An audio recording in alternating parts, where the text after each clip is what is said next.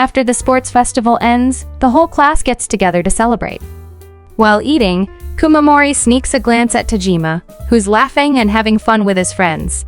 Watching him from a distance, she can't help but blush, remembering how Tajima helped her during the scavenger race. Even though the festival is over, she still feels oddly restless. She wonders how Haruto still has so much energy left. Suddenly, someone calls her from behind and asks for her plate to put more food on it. A bit surprised, Kumamori says she can do it herself. But the guy, smiling brightly, insists since she worked hard earlier. With no other option, Kumamori accepts and thanks him. Ayano, sitting next to her, notices how nicely that guy is treating Kumamori after all the hard work she put into the festival. But Kumamori starts feeling a bit off normally. She'd make a big deal out of the attention. But now, she's just irritated that Tajima is completely ignoring her, even though she's happy others are fussing over her. Frustrated, she tries to focus on eating and relaxing instead. Just then, her chopstick slips and falls, catching Tajima's attention for a moment. Feeling overwhelmed, Kumamori quietly sneaks away for a bit, leaving Ayano to ask their friends where she went. Meanwhile, outside, Kumamori grabs a water bottle from the vending machine, thinking she should probably head back soon, but feeling a bit conflicted since she's worried she might mess up the vibe. Suddenly, someone steps up behind her. It's Tajima, asking if she dropped some change or something.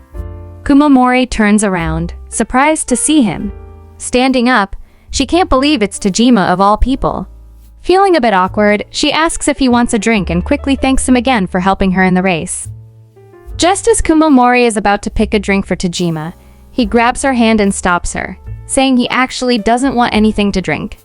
Surprised, Kumamori turns to him as he casually says he wants ice cream instead. Now a bit annoyed by his sudden change of request, she gives him a look. Pulling out his motorbike key, Tajima tells her to come with him to the convenience store as a thank you for helping her earlier. As they ride on the motorbike together, Kumamori can't believe she just checked off something from her list of things to do with a guy, even though it's nothing like she imagined. Tajima glances back and asks for directions, and Kumamori can't help but think he probably doesn't need her help but still asked anyway. She feels exhausted and a bit overwhelmed, like everything is a mess. Just as her mind starts drifting, Tajima breaks her thoughts, asking if it's cool to stop by the gas station. Flustered, she agrees, and he tells her to text Ayano and let their friends know they're just taking a quick break so no one worries. That small gesture makes Kumamori wonder if Tajima has been looking out for her this whole time. Her cheeks suddenly flush, and when she notices his hamburger keychain, she thinks, wow, he really must love burgers. As the wind brushes through her hair, she's surprised at how the tiredness of the day seems to melt away. They finally arrive at the convenience store, and after buying the ice cream, they sit outside, enjoying their ice cream while chatting. Kumamori asks if Tajima usually gets around by bike, and he says he doesn't really tell people that. Suddenly, Kumamori gets excited, thinking it's their little secret. When Tajima mentions he just goes to work after school and nowhere else, Kumamori thinks it's such a waste, so she suggests he take her for another ride sometime. He immediately shuts it down, which makes her pout. Trying to recover, she casually mentions how romantic it would be to drive up to an overlook for the view, but then quickly realizes she might have said too much. As they keep eating their ice cream, Tajima suddenly reaches over and brushes some hair off Kumamori's face, catching her off guard. He casually mentions her hair was about to get sticky. Kumamori, touching her hair, is stunned by his unexpected move. She blurts out how everything feels all sparkly again, but Tajima doesn't get it, pointing out that they're just eating ice cream. Still, for Kumamori, there are moments you just can't forget. She nervously brings up how today's scavenger race was special too. Tajima, intrigued, asks if it's like her first kiss from kindergarten.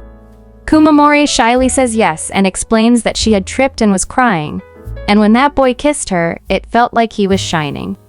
She thought of him as a hero from a fairy tale, and it was a very moving moment for her. But Tajima disagrees, saying that it's her life, so she would be the hero. Kumamori stares at him for a moment, then clarifies that she meant it made her feel like a princess. Tajima still doesn't agree, which frustrates her. Looking away, Kumamori mutters that if there's one thing she could do, it's make his heart flutter at least once. Without missing a beat and while scrolling on his phone, Tajima casually asks when she plans to do that. Kumamori is puzzled, and Tajima reminds her that she's supposed to show him how to be romantic. After that night, Kumamori feels like things took an unexpected turn. She's the only one who's felt that thrill so far and really wants Tajima to experience it too, even just once. So today, they head to the beach. Kumamori suggests playing tag, but Tajima, being his usual cold self, just calls it lame. She then proposes building a sand tunnel, hoping their hands might touch, but Tajima dismisses it as nothing special. Kumamori asks him what they're even doing at the beach if not for fun. Tajima just shrugs and says that's exactly what he's wondering. Frustrated, Kumamori says she's going to take a restroom break. It's not how she pictured the day going. When she comes out, she catches a whiff of something delicious. She heads back to Tajima, her face lighting up, and excitedly shows him a burger bag, telling him there's a food truck selling his favorite. She even got a big one so they can share. Tajima looks surprised that she knows his favorite food. Kumamori just shrugs, saying she could tell by looking at him. She hands him the burger, hoping he'll like it since she got the most popular one. As Tajima tries it, Kumamori watches eagerly to see his reaction.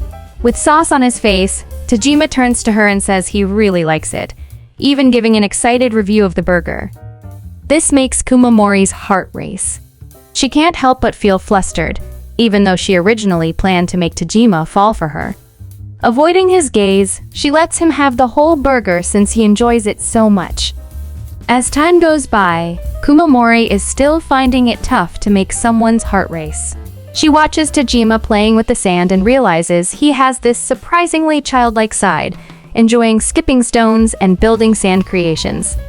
Kumamori starts to think that maybe she's been focusing too much on what makes her happy. When she sees Tajima's sandcastle, she praises his work. Tajima casually mentions that he likes building things like Gundam models. Even though Kumamori doesn't quite get it, she's totally captivated by him.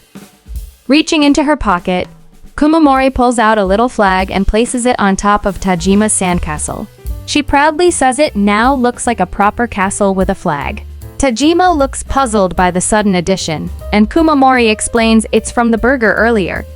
Tajima can't believe she kept trash in her pocket, but Kumamori defends it as a souvenir. Tajima is taken aback by her gesture. They play until the sun is almost down, and Kumamori starts to wonder if she and Tajima will ever really get each other. But she's definitely going to remember the side of him she saw today. Tajima gets up, brushing the sand off his hands and says it's time to head back. Kumamori is shocked at how late it's gotten and that they've just been hanging out the whole time. She admits that Tajima's emotional walls are pretty solid. Tajima notices a big wave coming and warns Kumamori to watch out. As the wave approaches, he jokes that it's arriving just in time to destroy their sandcastle. Without hesitating, Kumamori throws herself over the castle to protect it from the wave. She gets completely soaked, which surprises Tajima. But then he starts laughing, saying he can't believe she did that and that it was insanely cool, leaving Kumamori with teary eyes from both the splash and his reaction. Tajima gets down, still chuckling, and says coming to the beach was definitely the right call. Kumamori's face turns red as she admits that when Tajima referred to the sand castle as theirs, she got a bit attacked. Tajima is taken aback by this and playfully teases her, saying she's way too emotional and it's kind of scary. Meanwhile, Kumamori feels pretty miserable being all wet and smelling like the ocean. Out of nowhere, Tajima leans in and gives Kumamori a soft kiss, leaving her completely stunned.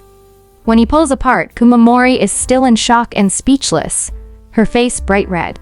Tajima, back to his usual self, casually comments that it felt oddly gritty. Kumamori didn't expect that kind of reaction after a kiss, but she finds it kind of dazzling anyway. Even with mud on them or feeling down, being with Tajima makes her feel like her heart's on fire. Helping her up, Tajima says he gets it a bit more now. Still holding her hand, he smiles and says he understands why Kumamori calls it a moment she'll never forget. Touched by what Tajima said, Kumamori asks him why. Tajima replies that it's because she was glowing just now. Picking up the flag from their sandcastle, Tajima says she was so awesome, defending it to the end even though it only got a bit wet. Holding the flag with a big grin, Tajima tells her it'll dry out on the way back if she keeps holding it like that on the bike. Just like that, Tajima once again wins top spot in Kumamori's heart.